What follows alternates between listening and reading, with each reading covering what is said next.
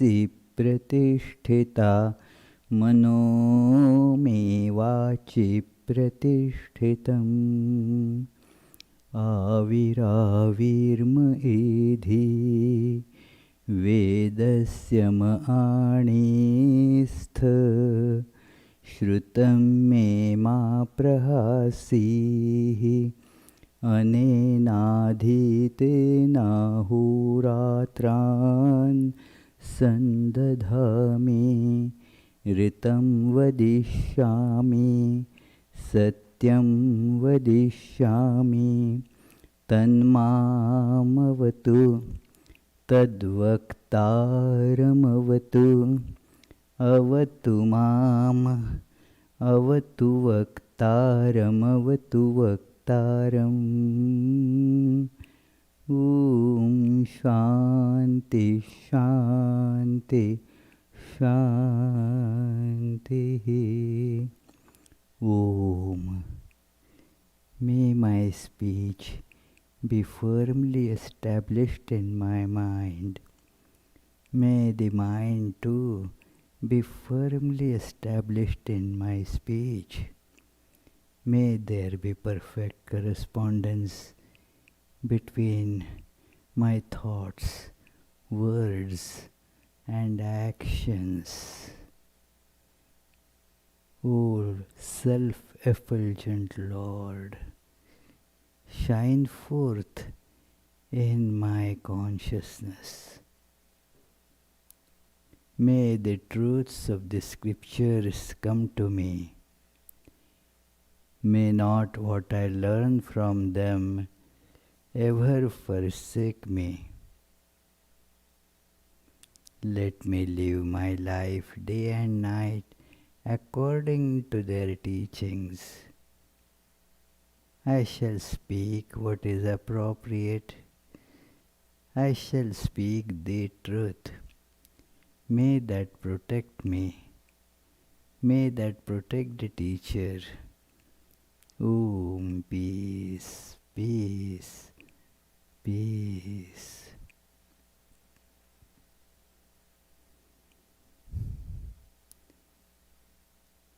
Let us feel the all-pervading,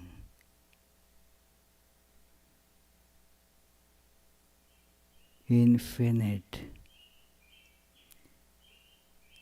lustrous ocean of consciousness around me. I am like a wave in that ocean.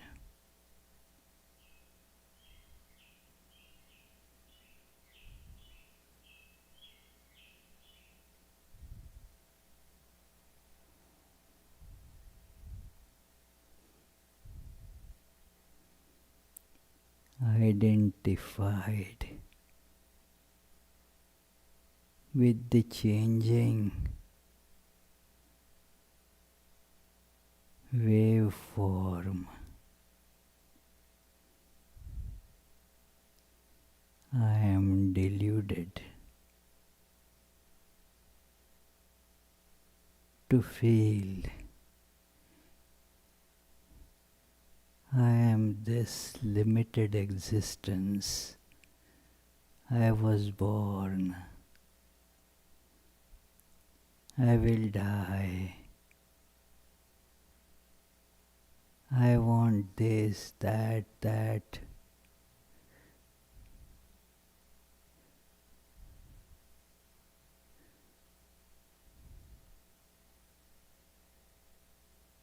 Always wanting, never getting. As a wave. That is the life. I look to my true nature, the unchanging ocean infinite, luminous of consciousness.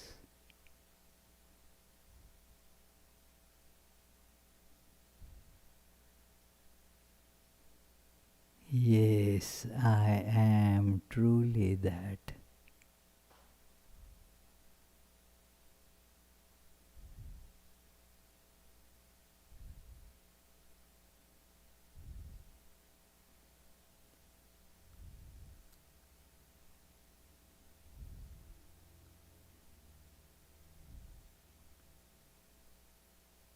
I have no birth, no death, no coming or going. I am existence eternal and all pervading.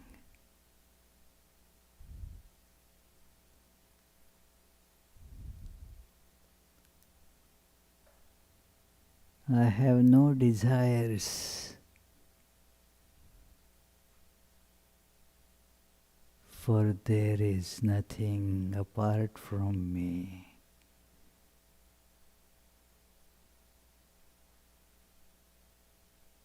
I am completely fulfilled.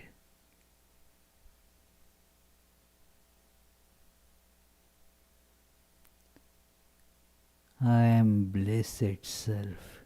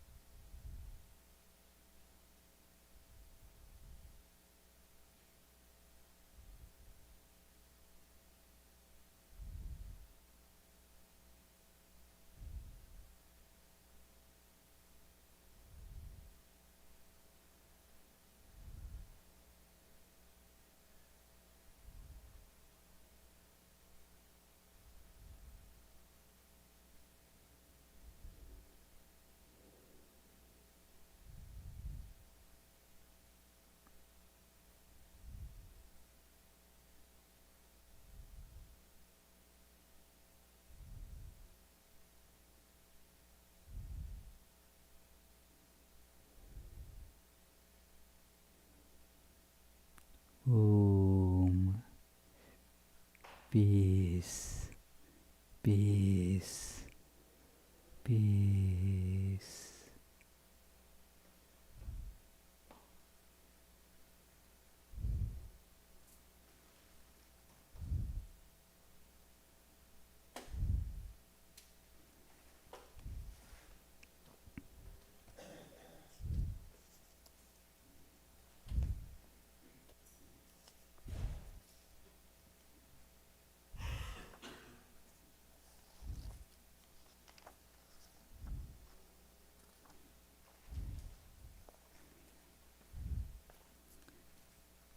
So, dear friends, let us begin with today's class on the spiritual biography of Sri Ramakrishna.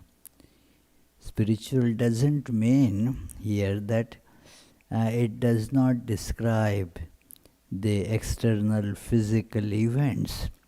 They are also described with as much accuracy as is possible, with as many details as are necessary.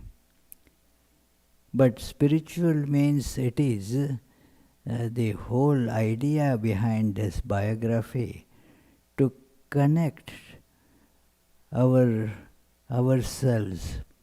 to Sri Ramakrishna's true nature and thereby realize that I too am that. Sri Ramakrishna used to say that all that the disciples have to know is who they are and who I am, and that's it.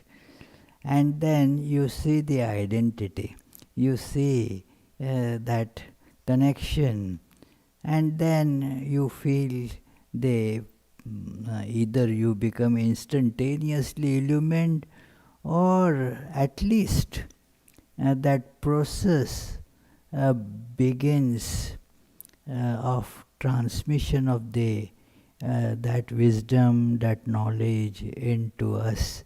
So this is the spiritual biography, to establish a strong connection between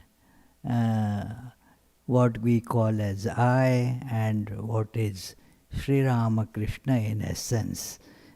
Establish a connection between them, and thus like when you establish a connection between the sources, say electricity source and then the appliance, when they get connected, then the flow of electricity begins. So thus this is how it is a spiritual biography. Let us begin with our usual opening chant. Tava kathamritam tapta jivanam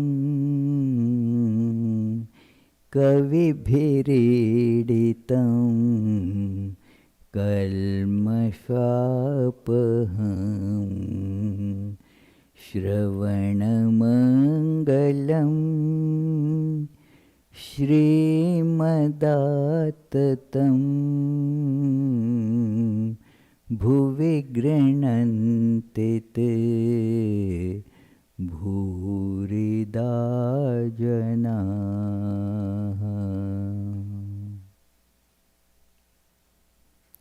We were studying the 4th chapter of the 4th volume of this biography. This is the second part of Sri Ramakrishna as the teacher. So, Sri Ramakrishna here is being shown that how he had the access to all different levels of consciousness. He can be the teacher because he has access to where our mind is. These days, many who repair the computer problems or such things, or so they don't want to travel, no need to travel. They just get access to your computer on their computer. So they can see everything that you have and then effect the necessary solutions. So Sri Ramakrishna, as he described, that he can see the working of anybody's mind as if it is kept in a glass case. And then we saw that thus such a person, let alone incarnation of God, the knower of Brahman, knower of the ultimate truth, becomes omniscient. And last Tuesday we saw what is the meaning of being omniscient, not in the mundane sense of the word, that whether that person, does he know how to prepare hot dogs? May not know, you see. It is, does this person know much about the recent developments in astronomy? No, may not know. But the all-knowing means that knows that everything is essentially God, divine, and all the other things are changing. That is why knowing that which is changing is it really knowledge? Because it changes. I know today to be this to be true, tomorrow, and it changes. because the figures keep on changing. One very famous scientist of last century, James Jeans, a physicist, he writes that all that our science knows is the knowledge of the shadows. Shadows means, they keep on changing according to the light. So in the morning, somebody measures the shadow. Oh, wow, he says, accurately I have measured it. It is 10 feet, 2.5 inches. But then the shadow keeps on shrinking as the sun is going up in the sky. So after a while somebody thinks that 10 feet, 2.5 inches doesn't make sense. It doesn't look that long. Again measures and shows, well, those earlier calculations were not right. The shadow is only 5 feet 1 inch. So that is how this world changes, and the knowledge of the world, as we call science, it also therefore changes. To give a better word, people call it, it changes means it evolves. What does it mean? In principle, it evolves means what you were considering as true yesterday, you don't consider it as true today. So that is how we say it evolves, means you really do not know. What you know today is not going to hold true tomorrow. Got it, Richard? Yeah?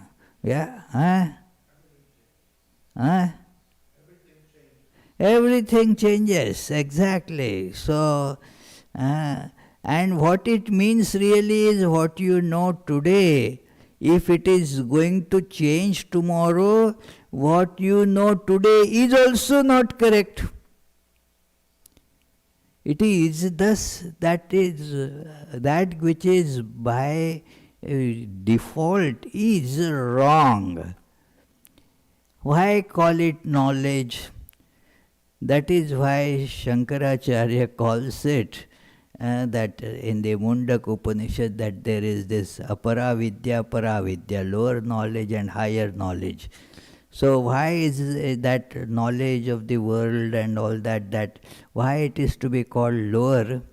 Because howsoever you may study it, you do not know anything. It is what all you know is the variety of ignorance. One variety of ignorance gets called mathematics. Another variety of ignorance is called, electronics. Another variety of ignorance gets called geography. Another variety gets called medical science. Another variety is called psychology. All these are, you really do not know anything. But then, the other knowledge, the higher knowledge, what is it? Yaya tadaksharam adhigamyate. That knowledge which tells you about that which never changes. The knowledge of the unchanging self, and that is the higher knowledge. Not only that, its practical impact is that you become full of bliss, full of peace. All your desires are completely fulfilled and therefore gone. And this is why this knowledge is the higher knowledge. So in that sense the person becomes all-knower. Now we shall see that how all desires of this person get fulfilled. We are reading on page 629. We can get a rough idea of the scriptural passage, all the desires of a knower of Brahman come to pass and are fulfilled. Ye soshnute sarvan kaman sah brahmana vipaschiteti.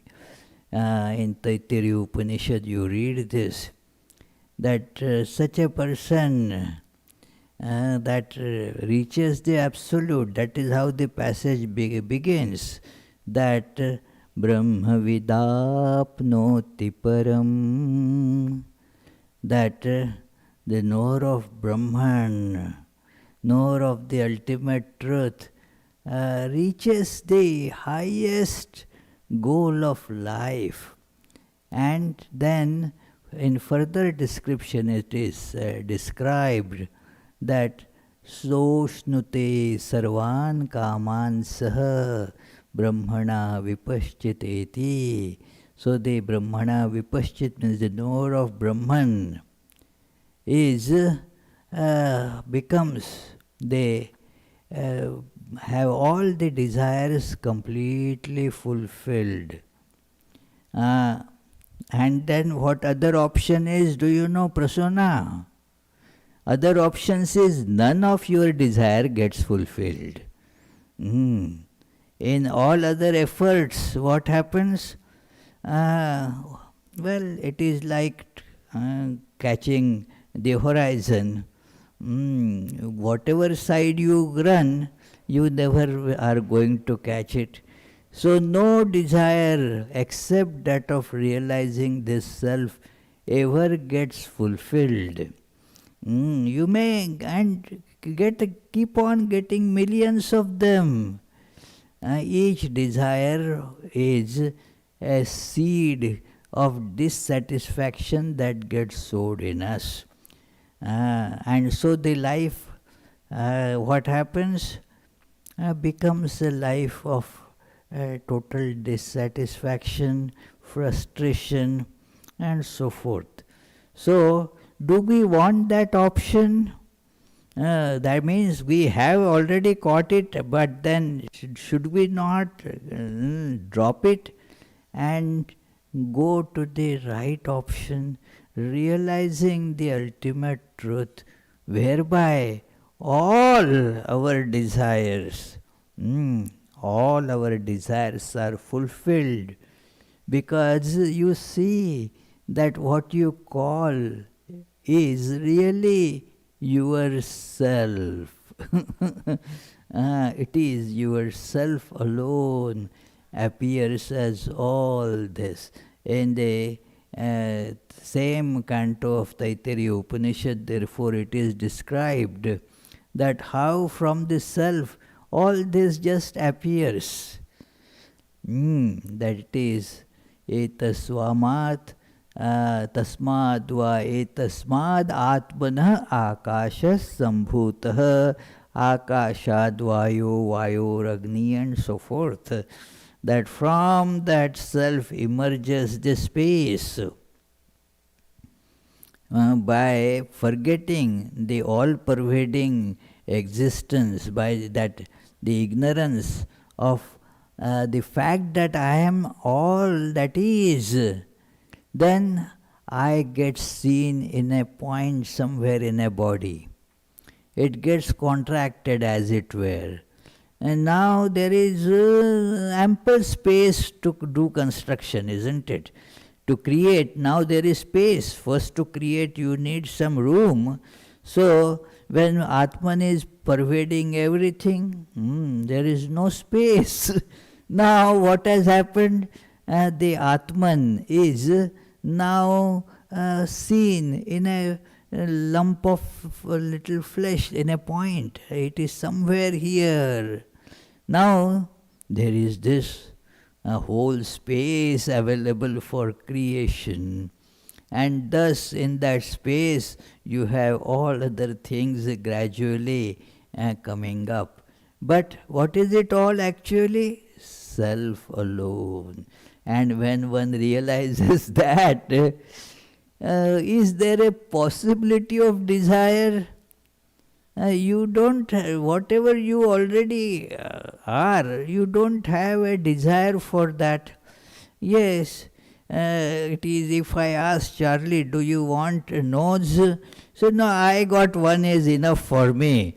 For all things, it is I can breathe with that one nose. I can poke it here and there into others' affairs as well. So it is, it functions. Various functions are performed by it.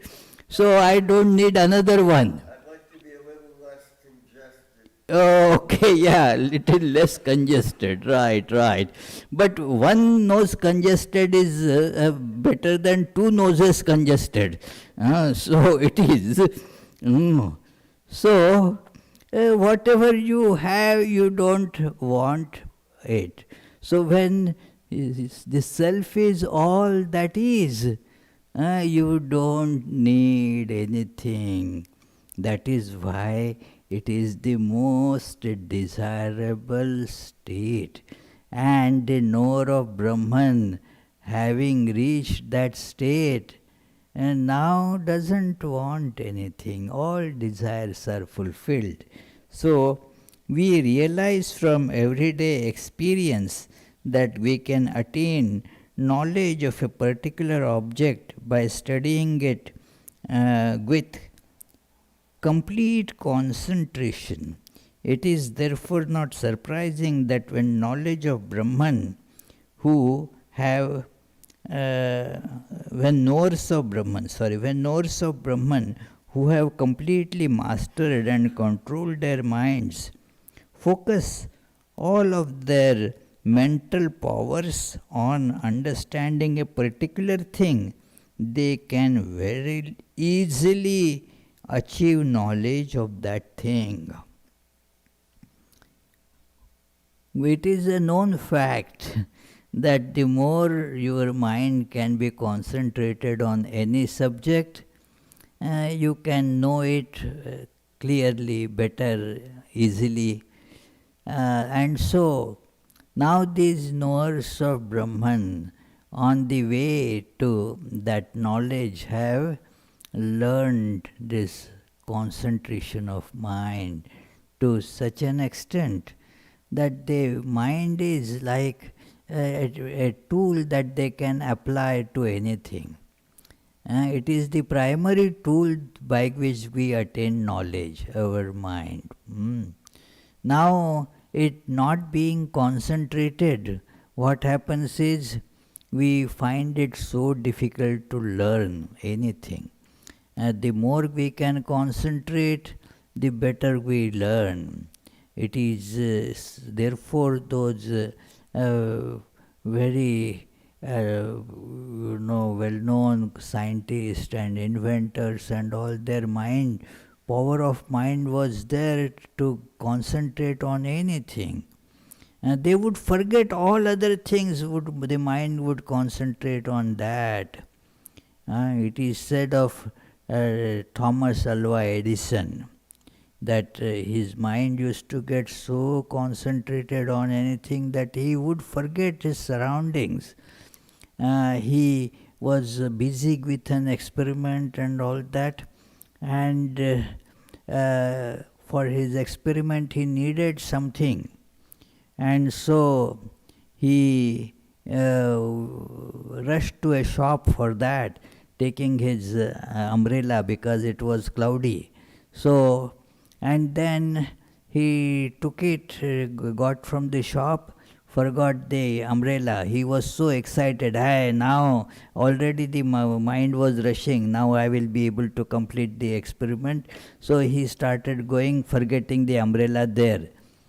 The shopkeeper kept on, calling him. But well, his attention was not there. He went on walking. And then just that minute itself, it started raining hard. And the shopkeeper thought that, well, now because of rain, he will certainly remember that I need an umbrella and he will come there. But then after the rain stopped, after a little while, after the rain stopped, Mr. Edison comes to the shop, says, "Oh, sorry, I might have left my umbrella here." The shopkeeper said, "Yeah, here it is. I tried to call you, but you were not paying any attention." And then Edison said, "Yeah, I was thinking about even now also I wouldn't have remembered, but then I saw that the rain has stopped, so I thought that it is time to shut my umbrella." So, but there wasn't umbrella. Then I remembered that, well, the umbrella is lost somewhere. So, that is how their minds are so concentrated. This is just an example. So many such examples are there in so many other people's lives also. The point is, the more you can concentrate, the better you can learn. In schools also, those who are teachers, they can see that the same lesson is being given, but who is able to grasp? The one who can concentrate. Now it is if the students are busy texting to their friends on their phone all the time. Now the class is going on, but they absorb very little, if at all. So it is like that the concentration. Here also the similar thing. So many, I keep on talking, and you guys all, you listen, but how much the mind is concentrated on that, depending on that the topic gets absorbed, understood, internalized, and so forth. So it is, these people have developed such high degree of concentration. Example, Vivekananda, that there was nothing that he could not learn if he wanted to. Whatever. It is amazing, just beyond one's comprehension, that how he learned so much about music, Indian and Western and other cultural music, that then other forms of art like sculpture, paintings, various different sciences and higher mathematics, lots of engineering, history, geography. It is amazing, these are all called secular knowledge in a way. But Vivekananda's mastery on that was tremendous.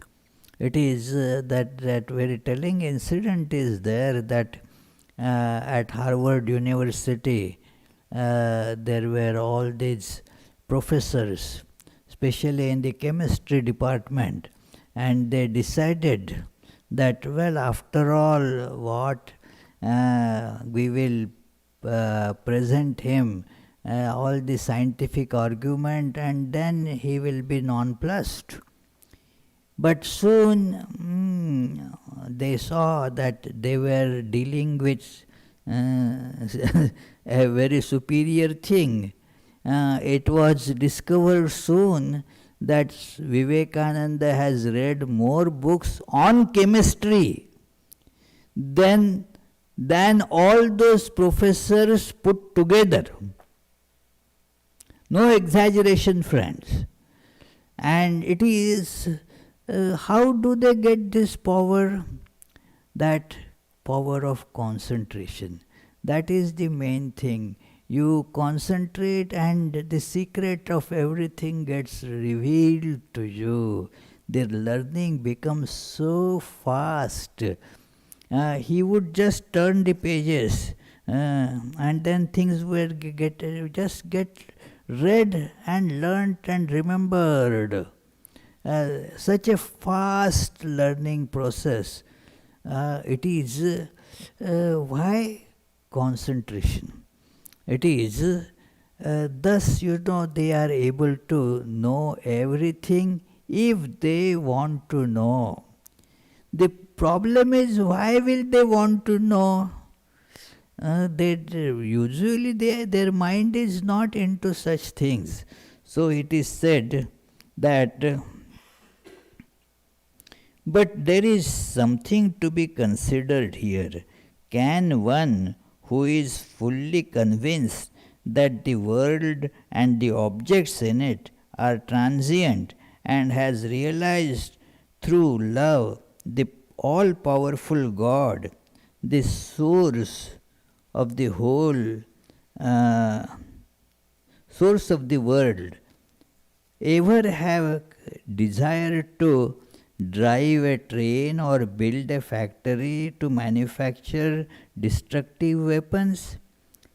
It is impossible for such desires to arise in the mind of such a person. That person cannot build those machines or factories. We have witnessed the truth of this in the Master's divine company. It actually becomes impossible to bring up those worldly propensities in such a mind. Shiva Mahimna Stotra, a very famous hymn dedicated to Lord Shiva. It has a beautiful line which says, Nahi swatma ramam vishaya mrigatrishna brahmayati.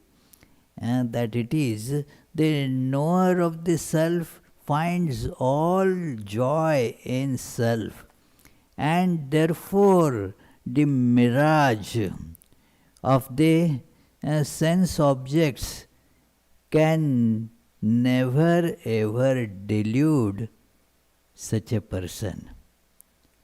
So this is once you know that it is a mirage, you will never go there for water. It is like that on driving. Sometimes, when there is a little bit of cloudy weather and then and hot, then you see that there is somewhere rain right there. And we wonder, just a mile ahead there is so much of rain, all wet. But then we drive there and see it is all dry. It was just mirage. There is no water actually there. So this is the state of the affair for that person. It is not real. The mind will not like to go and get it. It is. I had told you that story that a girl, little girl, child, she was asking her mother, pestering, I want chocolate. And in my office room where they were sitting, there was a TV, and then that TV was going on, and an advertisement of some chocolate was being shown there. A very nice chocolate was shown. And so I told that little girl, hey, go and pick it up. Don't you see it there? But although she wanted chocolate, she was convinced that that is not a chocolate. She said, no, there is no chocolate there. Why, you see? No, it is all electricity. So it is not chocolate. She was all convinced, and so did not budge from the place. Her place kept on pestering mom for the chocolate. It is, So a person who is convinced that there is nothing in the world worth possessing, worth going for, and that person will not have any desire, you see, to know all those things. So, therefore, an incident is given here. At this time in Kashipur, the master was suffering terribly from cancer. Swami Vivekananda and some of us tearfully implored the master to apply his mental powers to freeing himself from disease for our sakes. but he could not make such an effort. He said that although he tried to do this, he could not create a strong resolve in his mind at all. He told us, I could by no means bring this mind back from Chetanananda and put it in this cage of flesh and bone. I have always considered this body to be trifling and contemptible, and have offered my mind to Divine Mother forever. Now, my children, how can I bring it back from that Divine Mother and put it on the body? Nobody can do it, You can just to give an analogy that the body is actually, if you look carefully, if you just it is not of any adorable, likable material as such if you penetratively look. It is what it is, the skin, the bones, the blood. I imagine, just take this, that suppose a skin bag stuffed with dung, urine, blood, bones, that flesh and such guts and such things is kept here. Will you like to hug it? Say, oh, how nice it is. Is it nice? It is. No, it is only when, because we don't see this, we have attractions for that. It is not a nice thing to run after it when you see that. So, all objects are like that. Why you will have the attraction for it? It is. So, the knower of Brahman thus has no attraction at all for these things. So, he, even one's own body, well, that is what it is. No, it won't go. The mind won't go on it. To have the identity with body and mind, that is the impurity. I, the body, is the impurity. It is one disciple of a teacher. He used to think of purity in just the external way. Wash the body every day very much and so forth. The teacher wanted to teach him that this is only external purity. So he told him to go and get the most impure thing, dirtiest thing that he can think of, get it. And then he went out, and then those times, of course, and even now at many places, many people, they go for the nature's call in the nature. So it is. So he saw somewhere human feces were there. He thought, what can be dirtier than this? So he decided, let me pick it up and take to the teacher. And as he was going to pick it up, he heard that the feces were shouting at him, "Hey, you impure fellow, don't touch me." It is that dung is calling me impure. What is this? And then the dung said, before I came in touch with you, I was cake, and I was candy, I was this and that. All these people used to respect me, but I came in contact with you and look what happened of me.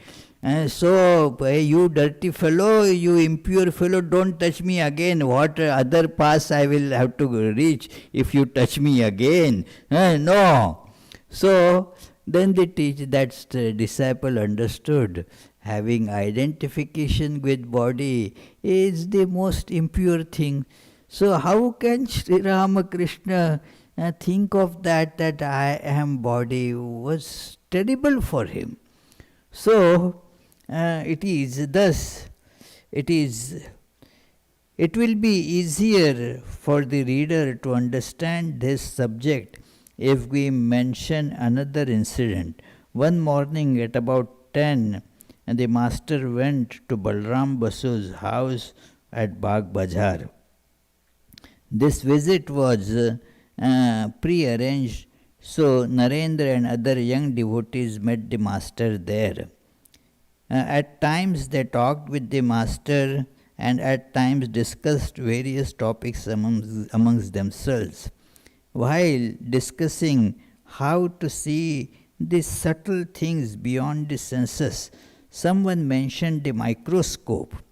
There are many subtle things that cannot be seen with our naked eye, but can be seen with a microscope.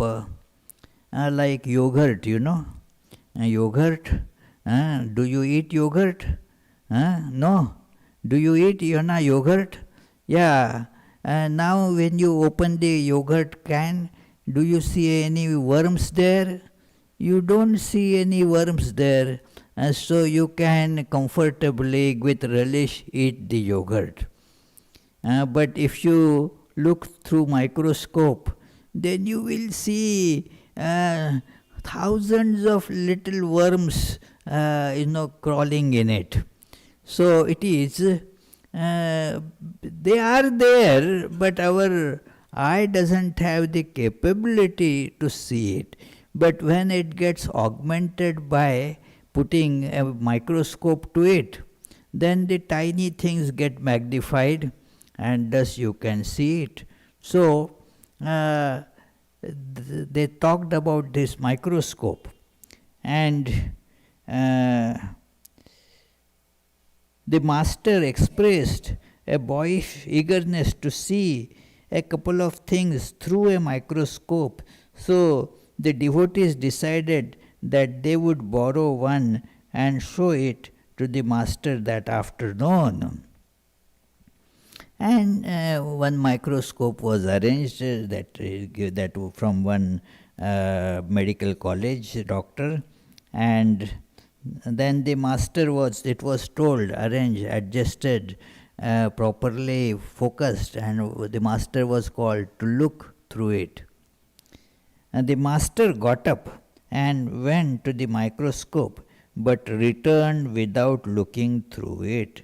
When he was asked why, he said, "The mind is now in such a high plane that I can by no means bring it down to a lower plane to see things." We waited quite a while to see if the master's mind could come down. But that day the master's mind did not return from that exalted spiritual plane, so he could not see anything through the microscope. That Dr. Bipin showed it to some of us and finally left with the instrument. So that is how there is no such desire. Many times some other such situations that his mind would revert and go into samadhi also. It is once the chronicler of gospel M was discussing that how these eclipses, how the lunar eclipse and solar eclipse, how they are formed and all. The master, like a child, showed curiosity. It is, and then M started explaining, drawing figures. Look, here it is earth, here it is sun, it is moon, and all that. And in a few seconds, the master said, "Enough, enough, enough." My head has started reeling. So it is doesn't want to get involved into any of those things, because it is all they see that it is not real. So why will they ever feel interested in it? If they feel, yeah, how quickly they, if you see, when one reads Gospel of Sri Ramakrishna, and even in this book you find so many examples of such keen observation, and how they conclusions are drawn from it. One example is given here, that when the master's mind transcended body consciousness and travelled into higher and higher spiritual states, he had extraordinary divine visions. When he reached the highest non-dualistic plane, having completely risen beyond the body, his heart and his senses stopped functioning for a time. They would go into complete hibernation. Externally speaking, the person would appear to be dead. So, but his body lay like a corpse on the floor. All functions of the mind became completely still, and he remained fully identified with the indivisible Satchidananda. As the master gradually descended to the lower plane from the higher state, he would again feel, "This is my body," like other people. And again his eyes could see, ears hear, skins feel, and mind think. It would be just up to that level. It is my body. Just as Fred would say, "This is my car." Not "I am car." He would never say, "I am car." I am body. It is wronged. I have the body as instrument. Up to that level, Sri Ramakrishna's mind can go down. That yes, it is an instrument that I am using. Or this is a shirt that I have put on. Never getting identified with it. It is just because Charlie has put on shorts, he doesn't say that I am short. It is only the attire. It is, he would say, it is my, but not I. That is the big difference. So Sri Ramakrishna was having such awareness about body, and so what would happen is that you can just as open, so many have hundreds of clothings, therefore I request devotees not to bring clothings to me. I have too many, no place to keep in the room, so much.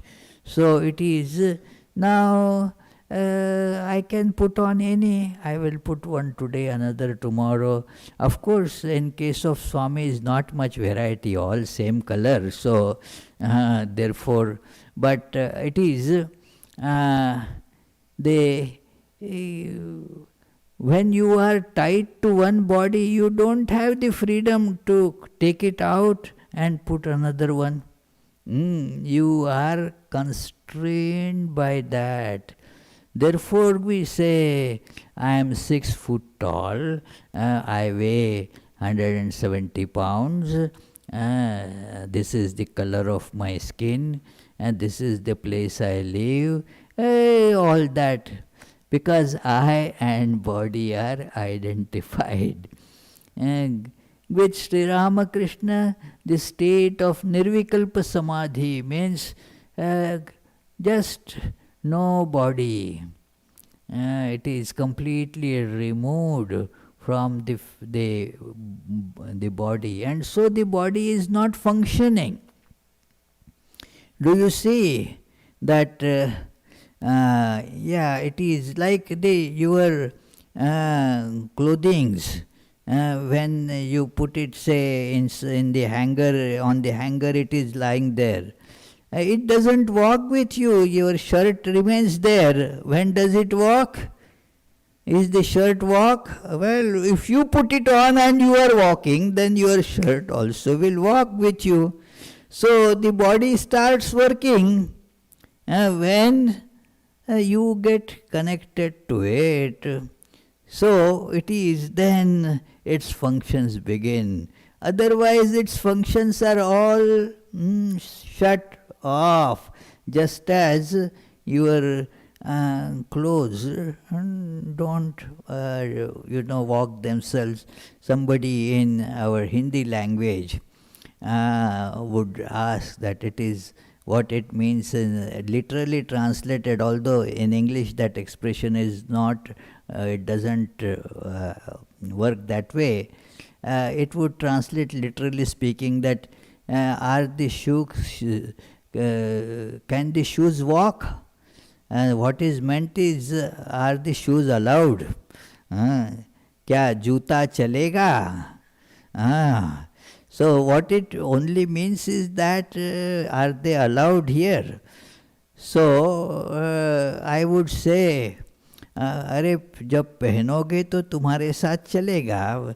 When you put it on, then as you walk, the shoes also will walk, you see. So it is the body. When you put it on, then that is how Sri Ramakrishna can put on anybody. That is because he is free from body consciousness. Since I am body, that consciousness is not there, he can put any body. So, and therefore can any mind as well, same thing. And therefore would know every mind. He would go for it. Is what a great description it is. And after all, it is a description. What actuality was still much more intense than what is described here. That our mind, since it dwells on one plane, we can see only things of that plane. I am being told, and the book is with me, I read a little bit about that flat land, a very nice book, Flat Land.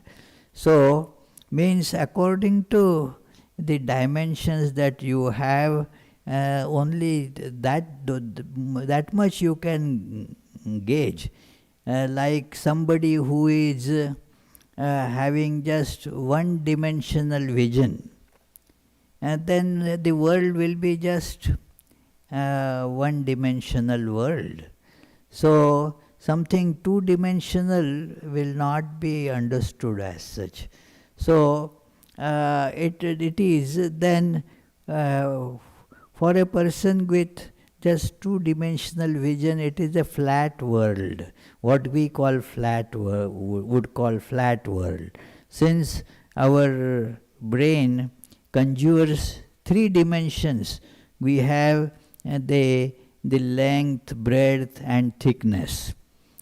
So it is a three-dimensional world. But when you are making, say, a map on a paper, it all becomes flat. So it is a flat land. So depending on the plane of awareness, Sri Ramakrishna would ascend to so many different planes and know everything on that plane. We are tied to this brain which has its own structure. We are not able to transcend that. That is where you see the difference comes. Our knowledge and Sri Ramakrishna's knowledge. So we shall read that part. There is next Tuesday no class. So this is the last class before we end this Tuesday classes and take a break, summer break. But then afterwards we plan to resume from September. September 14th will be the next class when we shall be able to take it up. We will have other Tuesday classes during the summer from July 6th, and that will be this year on Hafiz. Every summer we take up some mystic and then discuss the message of that mystic, the life and message. So this year we have planned to study the poet of love, that Iranian poet, a very famous Sufi poet, Hafiz. So that will start on every Tuesday during the summer from the 6th of July. So we shall meditate on what we read today, and then if you have at all any questions, then you can put them there or ask in the person here.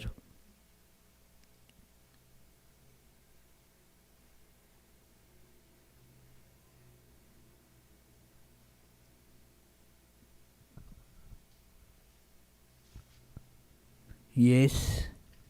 Swamiji, there is no web question, but there is a question from Eze. Okay, so Eze, you speak in the microphone so that those listening on the web also will be able to get it. How can one decondition the mind of Western scientific bias? I didn't get the question, dear. How can one decondition the mind of Western scientific bias? Decondition. Oh, well, everybody, it is not just the Western or Eastern. All minds, they have their conditioning. It is thought that Western mind is scientific, not really much. I am living here now in America for 20 years, and I see that the Western mind is as superstitious as the any mind in the world is. It is nothing much. Deconditioning is done by telling yourself that you are not the mind. And then you will not be inflicted with the conditions of the mind, and the mind will develop more versatility by that. It is that is the way to decondition, that it is to know that you are not the mind. Let us tell ourselves that I am not this mental condition, that it is not me. I use it, and then since I am not that, I can fix it. I can alter it. Otherwise it is getting altered on its own haphazardly. I am bound by that. But when I know that I am the master of it, then I can alter it according to my needs. So that is the process of deconditioning. Swamiji, there's a general question from Chris Bartolota. Yes. He wants to know, will the Hafiz classes be live streamed? Yes. Hafiz classes are likely to be live streamed, yeah. That is the plan. Let us see. Yeah. Yes. Yeah, you said that the only desire that can be fulfilled is the self. And I was talking with someone today who believes they're going to an eternal heaven. Do they believe in a true religion? It is their belief, you know. You can believe, you know, whatever, but what basis has that belief? You also say that all religions are true. All religions, see, one has to understand the difference between a religion and what passes for religion, It is all cock and bull stories are passed for religion, and then you say that all religions are true. Not in that sense. What Sri Ramakrishna saw is that every single of these great religions emerging from an incarnation of God's life is true as a path to reach the same ultimate goal. In that sense, every religion is true only in this sense. Not that then every superstition that is passed for religion is true.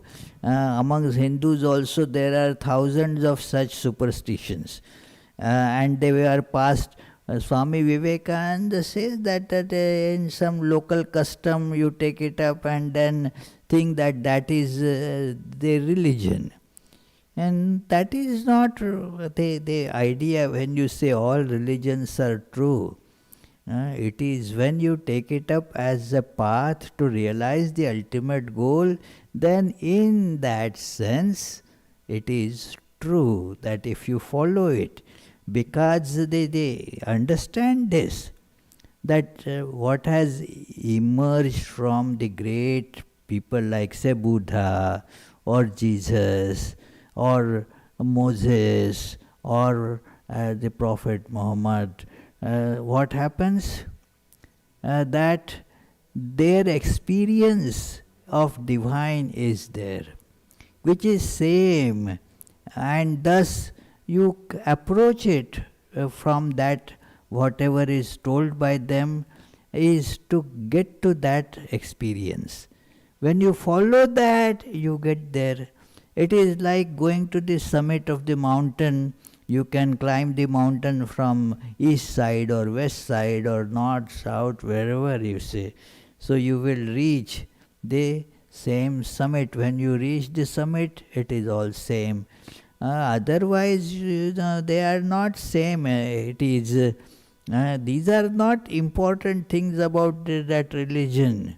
That will go to eternal heaven. You want to know that what is meant by eternal heaven is that union with God, the bliss. The essence of heaven means you have total bliss there. You become bliss. So all your desires are gone. It is then in essence the same thing that is being told.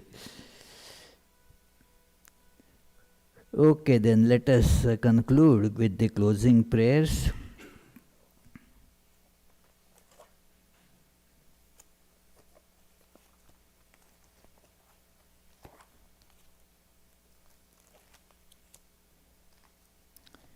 May the Divine, who is Father in heaven of the Christians, Holy One of the Jewish faith, Allah of the Muslims, Buddha of the Buddhists, Tao of the Taoists, Great Spirit of the Native Americans, Ahur Mazda of the Zoroastrians, and Brahman of the Hindus, lead us from the unreal to the real, from darkness to light, from death to immortality.